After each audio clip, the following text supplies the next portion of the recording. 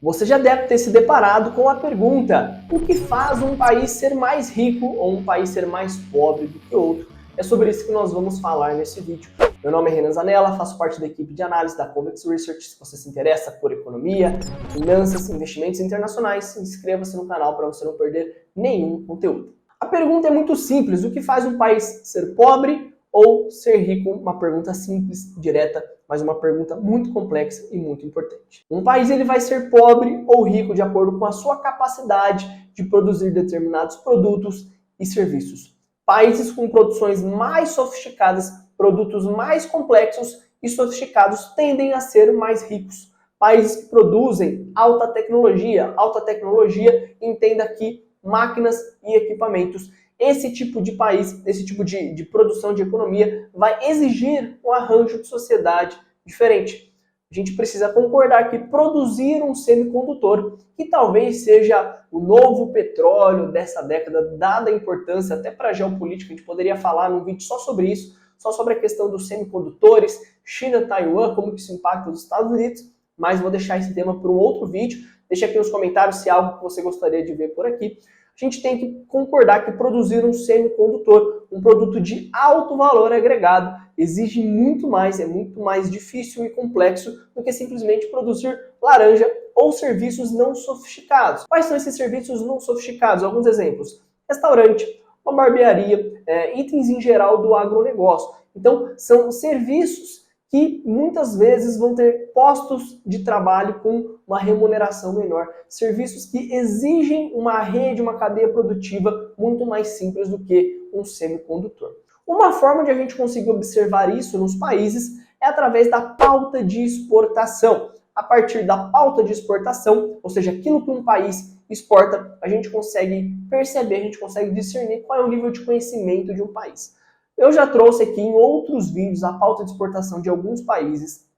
Destaquei naquela ocasião a pauta de exportação da Alemanha, que é um país exemplo, com uma das economias mais sofisticadas do mundo. Destacamos também a economia da Coreia do Sul. E dessa vez eu vou mostrar algo diferente então para vocês, que é o índice de complexidade econômica. E para nos ajudar nessa tarefa, eu trouxe um ranking. Vou deixar a fonte na descrição para você que quer acompanhar com detalhe. O ranking que pega ali até o ano de 2020 e pega a variação entre o ano de 2015 e 2020 para a gente poder ver a evolução ou o retrocesso da complexidade de algumas economias. O país com o maior índice de complexidade econômica é o Japão, seguido pela Suíça, em terceiro lugar a Alemanha. E esses são os países que, se a gente realmente olhar por outra ótica, como por exemplo o PIB per capita, são os países mais ricos no mundo. Os Estados Unidos também estão ali entre os primeiros, o Reino Unido em 10º lugar. Nós, economistas ou entusiastas, amantes de economia, temos muito a aprender com os físicos. E os físicos eles vão dizer que para uma economia, para um país ser capaz de criar um produto sofisticado, um exemplo de produto sofisticado, além de semicondutor que eu já falei aqui, um Boeing, por exemplo, um avião que exige um conhecimento muito amplo, uma pessoa sozinha não conseguiria armazenar, ter todo o conhecimento necessário para construir um produto desse. Uma empresa sozinha não teria a capacidade também de ter todo o conhecimento para conseguir desenvolver um produto desse. Seria necessário, então, o que os físicos chamam de conhecimento coletivo. Então, para chegarmos à produção de produtos sofisticados, produtos complexos, existe uma rede produtiva, uma aliança entre pessoas e empresas com conhecimentos diferentes, com know-how, com expertise diferente, que juntos conseguem criar, por exemplo, um semicondutor que vai ter ali um pedacinho pequeno, diversos transistores, que vai ser responsável por ligar a TV da sua casa, a máquina de lavar, o seu carro, o seu computador, o seu iPhone.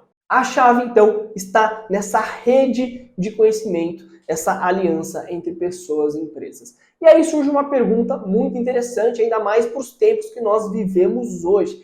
E a corrupção? Como que a corrupção pode impactar a riqueza ou levar um país à pobreza? A corrupção generalizada ela impacta o capital social de uma sociedade, que nada mais é do que o seu estoque de crenças e valores. Quando você tem uma corrupção generalizada, a cooperação é limitada. E se a gente não tem cooperação, a gente não consegue criar essa aliança entre pessoas, entre empresas com know-how, com características diferentes. E já que nós estamos falando do Brasil, vamos ver em que posição, como é que nós estamos nesse índice de complexidade econômica.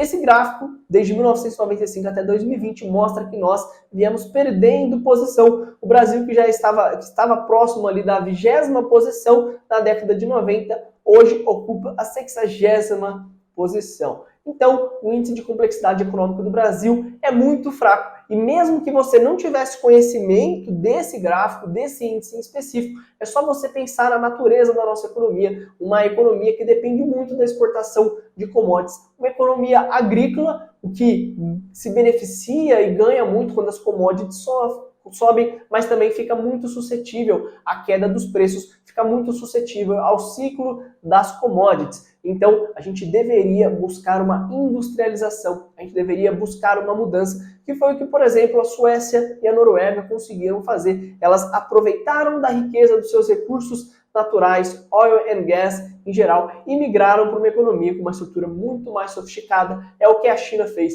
é o que a Malásia fez, é o que outras economias que deram certo conseguiram fazer.